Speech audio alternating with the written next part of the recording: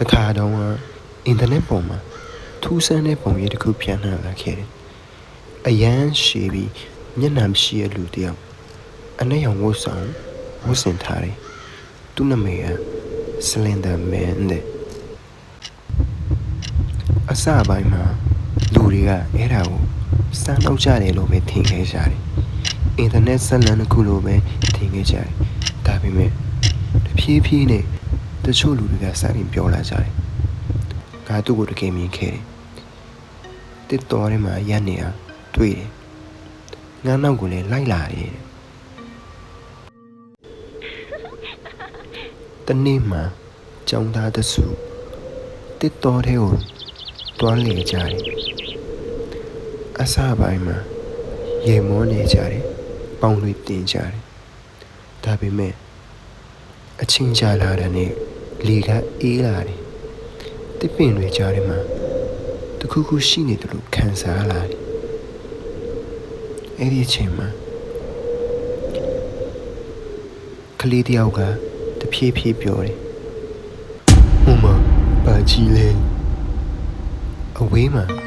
အရန်ရှိတဲ့အရေးတစ်ခုဒါပေမဲ့မလှောက်ဘူးသူတို့ရချင်းနေတယ်လို့ပဲ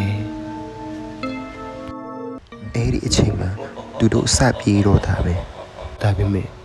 ဘယ်သွားအဲ့အရေးကအနောက်ကနေမပြောက်ဘူးဖုန်းစစ်ကနေလည်းမရှိတော့ဘူး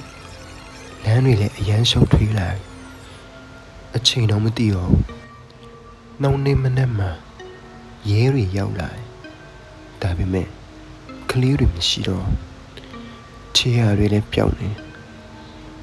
ကင်မရာတစ်လုံးပဲကျန်တယ်ကင်မရာထဲမှာSlender Manကတဖြည်းဖြည်းနီးလာတယ်မျက်နှာမရှိဘူးဒါပေမဲ့သူကလမ်းလျှောက်လာပြီပျောက်သွားပါ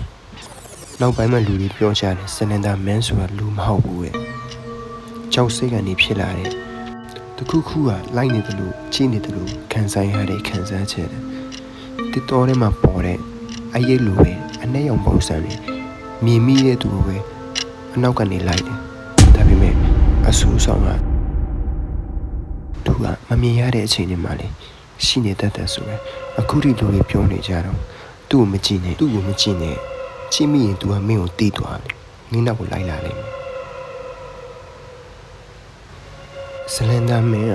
ကတကယ်ပဲရှိရလားဒါမှမဟုတ်လူတွေရဲ့ကြောက်စိတ်ကနေဖန်တီးပြီး